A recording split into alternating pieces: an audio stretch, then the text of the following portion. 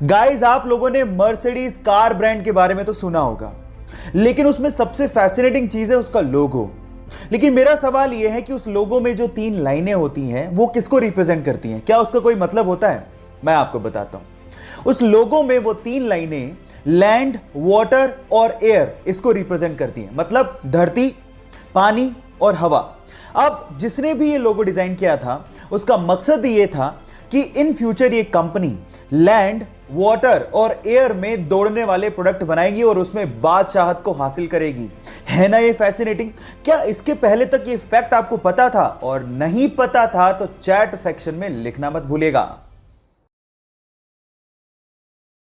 Rolls Royce दुनिया की सबसे महंगी कारों में शुमार है इसका नाम। लेकिन क्या आपको पता है कि रोल्स रॉयस की कारों के पहियों में लगा हुआ आरआर का लोगो पहिया घूमने के साथ कभी भी उल्टा नहीं होता, वो हमेशा सीधा ही रहता है। अगर आपने कभी गौर किया हो तो जितनी भी कार कंपनीज हैं वो अपने कार के पहियों के बीचों बीच कार का लोगो लगाती हैं, लेकिन जैसे ही पहिया घूमता है लोगो भी उल्टा हो जाता है। लेकिन रोल्स रॉयस की कारों में ऐसा मैकेनिज्म यूज किया गया है जिससे कार का पहिया घूमने के बावजूद भी आरआर का लोगो हमेशा सीधा ही रहता है। इससे रोल्स रॉयस कंपनी यह संदेश देना चाहती है कि कंपनी हमेशा ऊंचाइयों और सफलता की तरफ देखती है। क्या यह फैक्ट आपको इसके पहले तक पता था? और नहीं पता था तो चैट सेक्शन में लिखना मत भूलिएगा। हमें इंटरनेट पर जब भी कुछ सर्च करना होता है तो हम लोग गूगल सर्च इंजन का इस्तेमाल करते हैं। लेकिन गाइस, क्या आप लोगों को पता है कि इतने बड़े सर्च इंजन का नाम गलती से पड़ा था? मैं आपको बताता हूं। एक्चुअली गूगल के फाउंडर्स यानी कि संस्थापक इसका नाम GOOGOL यानी गूगोल रखना चाहते थे, लेकिन स्पेलिंग में कुछ ऐसी मिस्टेक हुई कि यह बन गया GOOGLE, जिसे हम आजकल गूगल के नाम से जानते हैं। कितनी अजीब बात है कि दुनिया की इतनी बड़ी कंपनी का नाम गलती से पड़ा था। क्या आप लोगों को इससे पहले तक इफेक्ट पता था? और अगर नहीं पता था तो चैट सेक्शन में लिखना मत भूलिएगा। गाइस, क्या आप लोगों को पता है कि भारत देश के हर सिक्के के सन के नीचे एक ऐसा निशान बना होता है जिसे देख के आप अंदाजा लगा सकते हो कि सिक्का कहां पे ढाला गया है? जी हां गाइस, अगर डायमंड बना हो तो यह सिक्का मुंबई में ढाला गया है, अगर डॉट बना हो तो यह सिक्का नोएडा में ढाला गया है, अगर स्टार बना हो तो यह सिक्का हैदराबाद में ढाला गया है, और अगर कुछ भी नहीं बना हो तो यह सिक्का कोलकाता में ढाला गया है। क्या आपको इसके पहले तक इफेक्ट पता था? और नहीं पता था तो चैट सेक्शन में लिखना मत भूलिएगा। गाइस, आप लोगों ने किसी भी नदी के ऊपर से गुजरते ब्रिज को तो देखा होगा। वो ब्रिज इसलिए बनाए जाते हैं ताकि नदी के एक तरफ से दूसरी तरफ तक ट्रैफिक को ले जाया जा सके। लेकिन फ्रांस ने दुनिया का पहला ऐसा ब्रिज बना के तैयार किया है जहां से ट्रैफिक को नहीं बल्कि एक नहर को नदी के ऊपर से पास करवाया जाता है। कितना अमेजिंग लगता होगा ना कि नीचे से नदी बह रही है और ऊपर के पुल से कोई स्पीड बोट निकल रही है। आप लोगों को इस अमेजिंग पुल के बारे में सुन के कैसा लगा? चैट सेक्शन में लिखना मत भूलिएगा।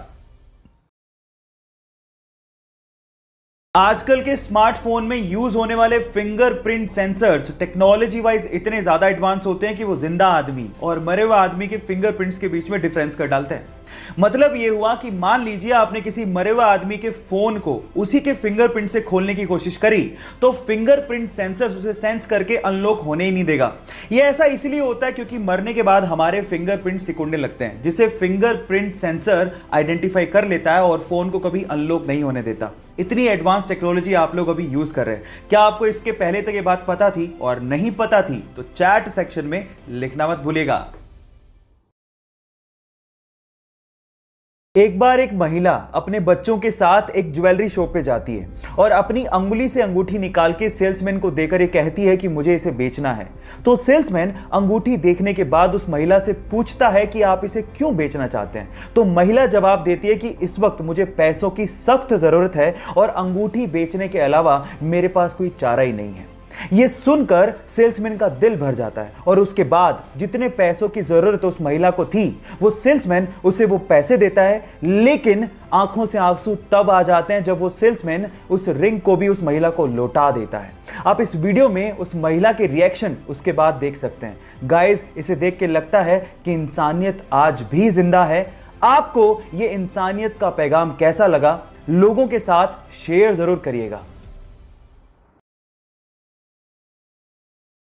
क्या आप लोगों को पता है कि टॉम क्रूज अपनी अगली मूवी की शूटिंग स्पेस में करने वाले हैं? जी हां गाइस, आपने ठीक सुना, स्पेस में। और ये पहली ऐसी मूवी होगी जिसकी शूटिंग रियली स्पेस में की जाएगी। और इस काम में टॉम क्रूज की मदद एलॉन मस्क की कंपनी स्पेसएक्स और नासा भी कर रही है। होगा कुछ यूं कि स्पेसएक्स के रॉकेट से सबसे पहले लोगों को और सामान को इंटरनेशनल स्पेस स्टेशन में लेके जाया जाएगा और उसके बाद वहां पे शूटिंग की जाएगी। सो गाइस, तैयार हो जाइए, फर्स्ट एवर मूवी जिसकी शूटिंग स्पेस में होने वाली है। क्या आप लोग एक्साइटेड हैं? अगर हैं तो चैट सेक्शन में लिखना मत भूलिएगा।